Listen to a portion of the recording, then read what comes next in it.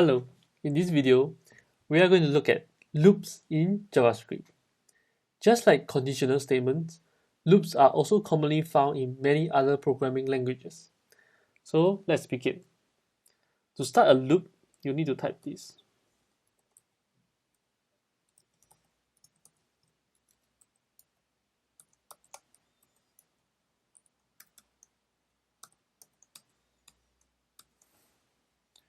This is an example of a loop.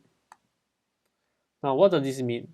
This means that a variable I is created with a starting value of 0. And if it's smaller than 10, it will continue to add 1 every time. So basically, these loops go from 0 all the way until 9. Let me show you and what does it do right now by using console log, printing the value of I. So let's save and see what happens. If I refresh the website,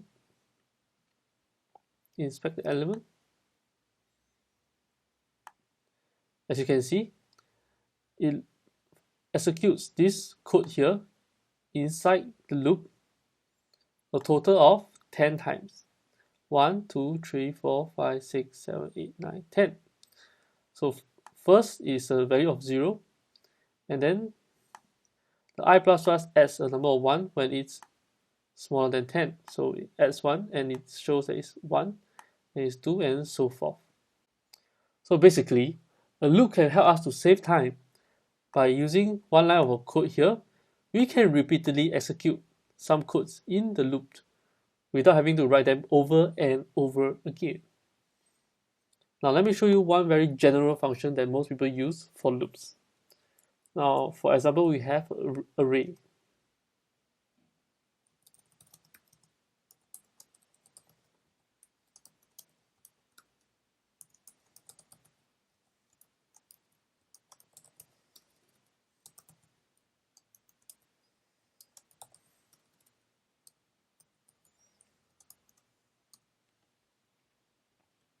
Now, if we want to print the values, all the values individually out in this array, we can use a loop for convenience.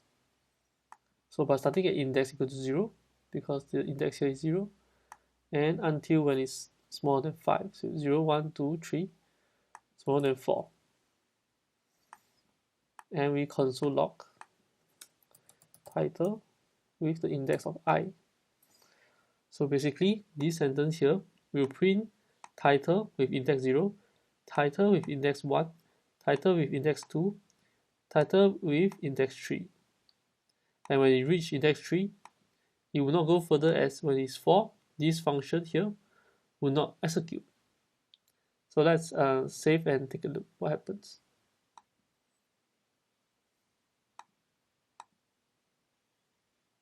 If I refresh, you can see that it has printed all the values individually from the array.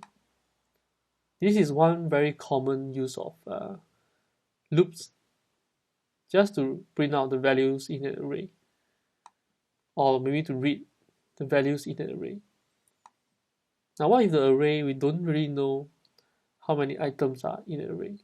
So one example here is we can use the title.length, which will be 4, which is the same as what we have written just now.